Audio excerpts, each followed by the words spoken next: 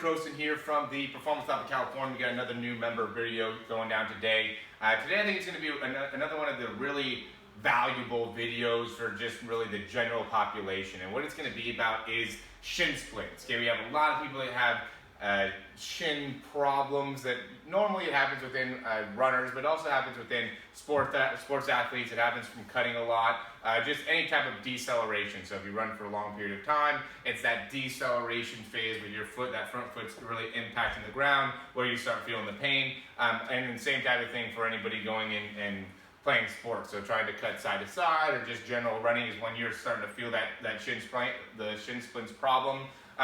Before we get too much into how to solve that problem, we're going to get into how you know it's actually shin splints. Okay, so one of the things that you can end up having is what's called compartment syndrome, which will be a little bit more on the outside part of the leg. Okay, so if you're feeling a little bit more outside, it could still be shin splints, but the shin splints are going to be more kind of right on the front part of the shin. It'll go down into the lower end as well, but really if it's anything kind of right along with the muscle, it's called kind of that anterior tibialis, anything within touching more of your tibia, okay, then that's generally going to be more shin splints. It'll also go more on the inside part of the leg here too, but when you have stuff on the outside, generally that goes into more of like a stress fracture, anterior compartment syndrome, something along those lines, because the essentially what the shin splints are, it's more tibia oriented, where you're getting too much pull on those muscles that are touching the tibia, and that's what's causing the pain.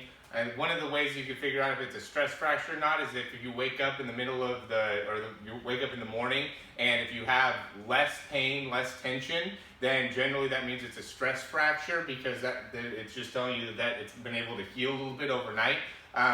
In comparison to if you actually have shin splints, when you wake up the next morning, what will end up happening is you'll feel more tightness because it's had opportunity to tighten up more on you. So when you first get out of bed, if you're feeling like, oh wow, that hurts a lot, then you know it's going to be more on the side of shin splints in comparison to stress fracture. Just to make it so you can better diagnose yourself. If you came in here, we'd be able to give you a lot more information of, yeah, it's this, but I want to just try to help you out there in terms of knowing what exactly it is that the pain is. So now into how to correct it. So the main thing that's happening here, if you're having too much shin splints, is you're getting into what's called pronation too quickly. So your foot is coming inside here in comparison to being able to kind of land on with more of your weight kind of on the toe, and then transitioning into the ball of your foot. You kind of want that to be the case where you're going more from outside to inside part of your foot. But if you end up landing really hard and all of your weight's going to be on the inside part of the toe, then that's going to negatively impact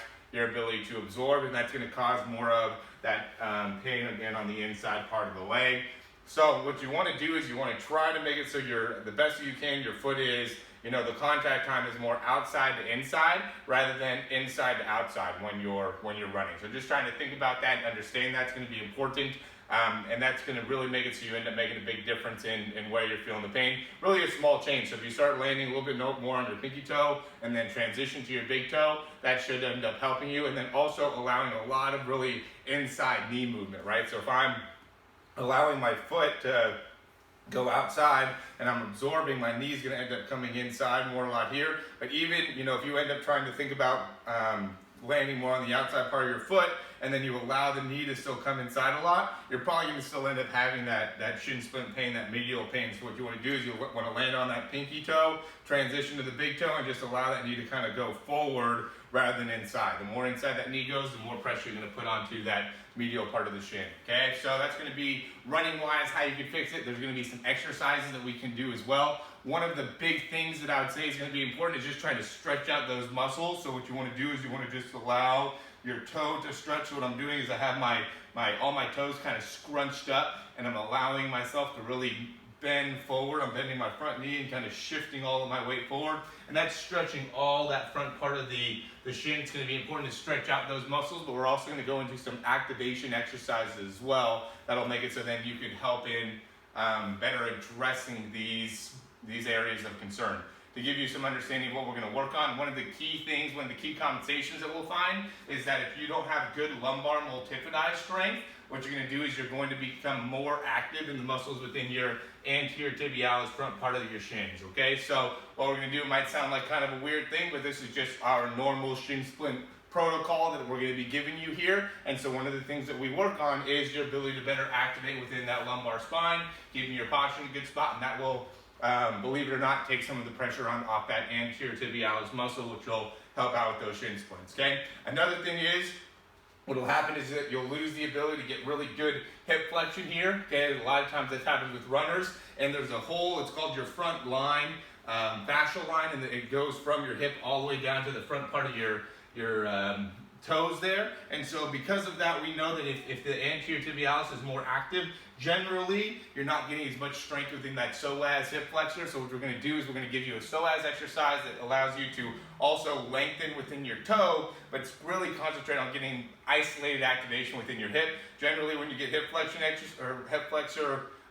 exercises, yeah, you're end up getting into what's called dorsiflexion within your ankle while you're doing the hip flexor exercise.